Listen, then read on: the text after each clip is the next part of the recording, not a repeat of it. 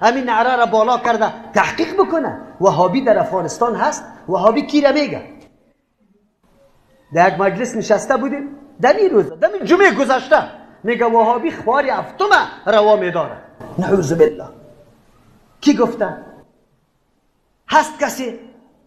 اگر تو یک دفعه برش کافر میگی، من 1000 دفعه برش کافر میگم. خوار هفتم نه، هر خواره که کسی حلال بداره نکاح شما برادرش چی هست بگوی شما؟ کافر است.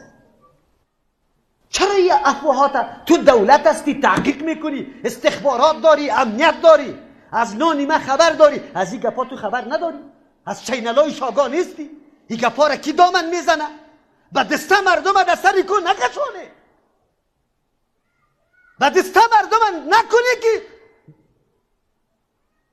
شما نمیگذاره.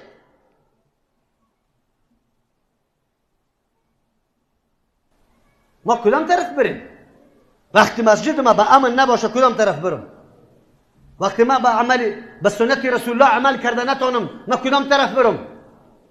وقتی ما در عقیده خود آزاد نباشم کدام طرف برم؟ وقتی ما به حجاب ماندن سیاست خود و ریش ماندن خود آزاد نباشم کدام طرف برم؟ تو حکومت برای ما راه مهیا بساز که ما راه خود پیدا بکنیم که همون طرف بریم. قانونی تا بگذار که بله ایتوری ریش ماندن، نماز خوب خواندن، سنت های پیغمبر عملی کردن این جرم است. تو فتوا بده سیسته، ما می وطن ترک میکنیم میرویم طرفی دیگه. ولی اگر میگه نه اینجا یک مذهب حنفی است دیگه گنجایش نداره، کی سری ملازم کرده فرض کرده مذهب حنفی را؟ تو پیروی کتاب الله و سنت رسول الله نیستی؟ بیا به دلایل. کی سر ملازم کرده که ما دنبال امام شافعی رحمه الله یا احمد بن حنبل یا امام مالک رحمت الله علیهم دنبال کدام عالم بروم؟ این از کدام جای دلیل داره؟